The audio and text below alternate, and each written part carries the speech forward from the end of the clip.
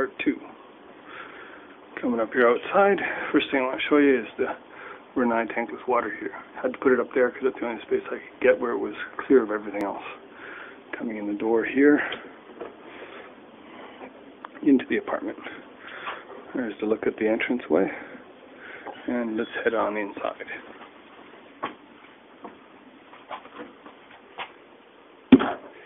Standing in the entranceway, first thing that will greet you will be the washing machine in the corner there.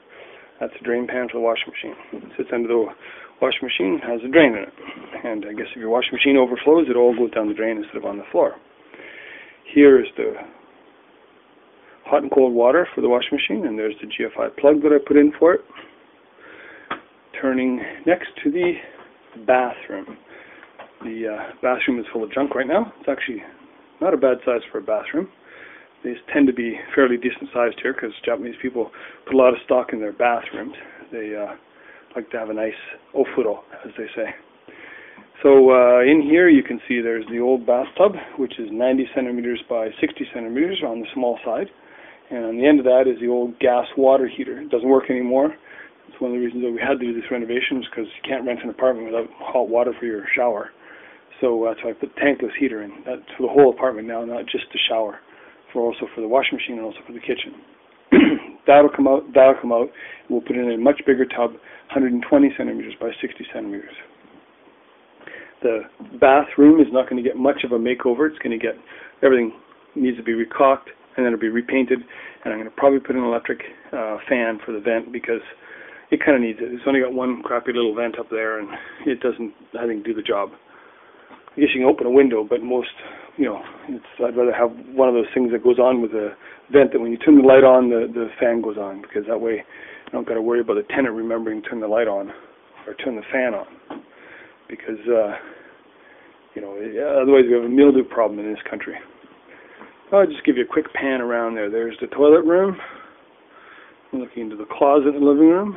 There's a quick pan of the living room, and then a quick pan of the kitchen there, and back to where the washing machine is. Let's do the kitchen.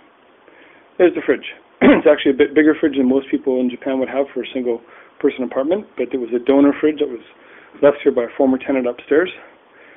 Beside the fridge will be the space there for the gas range.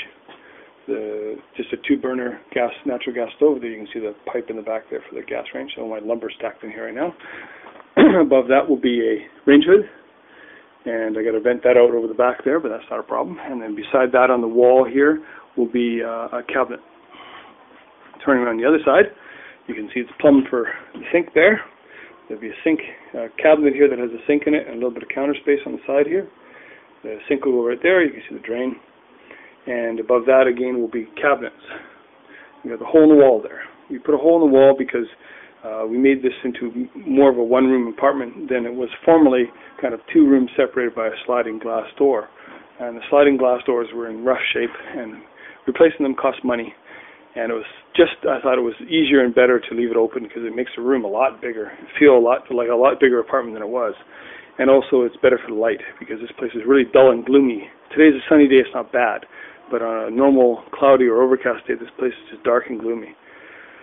So, also with the addition of the 1-inch thick subflooring, and it's got 1 1/4 inch thick insulation underneath it, and then also the vapor barrier on the ground underneath that should make this place a lot drier, which again will help with the heating and cooling. Plus, right now, as you can see, there's no insulation anywhere, none whatsoever, well, except for the piece I put up there. And so, of course, every time you heat the room up in the wintertime, it just goes out the walls. So when I'm done, this will be all insulated, all vapor barrier, except the ceiling, of course. The ceiling will just have insulation, no vapor barrier. And I think it'll be a lot easier to cool in the summer and heat in the winter. So consequently, it was better, I think, to leave it as a 1-room apartment, give you more atmosphere, more space, and because it's a fairly small space. Haven't framed in the door here yet for the toilet room because, well, I haven't got the door yet. So I'm going to wait till I don't know exactly which door I'm going to get. So I'm going to wait on that until I get the door. Closet area.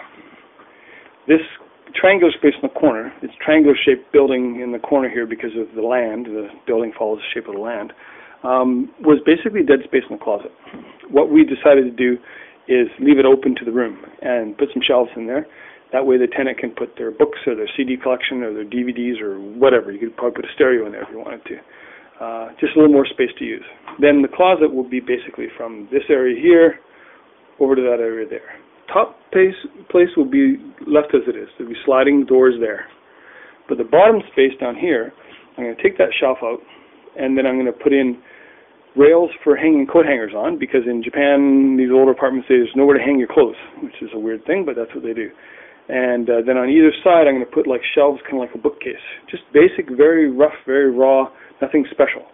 Just, you know, to put your junk in. And then instead of putting the sliding paper doors in, which were kind of trashed and they are expensive to fix, I'm going to just buy bifold doors and put in some bifold doors. I think it's just a lot better solution for the tenant. Everything, of course, is going to be hardwood floors, like in the first apartment, because they're easy to keep clean and they're low maintenance. The tatami that were in here are nice when they're brand new. They have a nice smell to them and they're kind of nice, but they're really high maintenance. They damage easily, and eventually they get full of bugs and crap, which is not fun. You get this thing called Danny that bites you all the time in the summertime. The hardwood floors, I think, is just a much better solution in a rental apartment. Plus, with the floors being properly insulated, I imagine that they'll be a lot warmer than most places. Timber framing. This place is timber framed. So, as you can see, here's a timber. It's a good 4 inches wide or so, I guess. It's not designed for drywall. As you can see in the corner here, actually this corner is better to show you. I had to put blocking on the corner. You can see the timber frame in the back there in the corner, on both sides.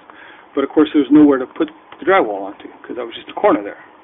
So I had to block everything in, because the timber framing is designed with wattle, which is the mud and bamboo stuff, and it goes between the timber frames, between the timbers. So the drywall sits on top. So I have to block everything. And of course, with the building being 65 years old, and this is Tokyo, and we do have earthquakes every other week, of course nothing is square, nothing is plumb, nothing is level. It's a bit of a challenge, I'll put it that way. A lot of fiddly-faddly work, a lot of, just making stuff fit. I got good use out of my hand tools with my sharp chisels and block plane and that kind of stuff, and had to do a lot of fiddly-faddly cutting and fitting. Everything is blocked now. It's ready for insulation, vapor barrier, and then drywall. The ceiling will also get insulation, but I don't think I'll be putting vapor barrier in the ceiling, because it is it's separate apartments, but it is one building. I think there's vapor barrier between. I'm thinking of the idea here. You can see there's a space between where the ceiling is and where the floor is upstairs. I'm thinking of putting some vents in there that would be between the floor and the ceiling here. I don't know if that's a good idea or not. I got to think about that some more. But let's talk about the electrical. The electrical, like my panel, huh? Isn't that neat? Yeah, I know. This is 65-year-old building. I have updated it. That used to be one 20-amp service, and it had 2 circuits. One circuit for the air conditioner and one circuit for everything else. All the lights, all the plugs. Consequently, I found a lot of really scary old wiring in here that was kind of cooked. Had some, melted stuff, and it was just bad. So now I have 4 circuits. One circuit again for the air conditioner, and then I have one circuit just for all the lights. The lights is one in the living room, one in the kitchen, one in the entranceway, one in the bathroom, and one in the toilet. So not a lot of lights. Then for the other 2 circuits, I have one circuit for the plugs in the kitchen area. Like a washing machine, fridge, one above the fridge. One above the fridge I figure would be used for a toaster or microwave, something like that.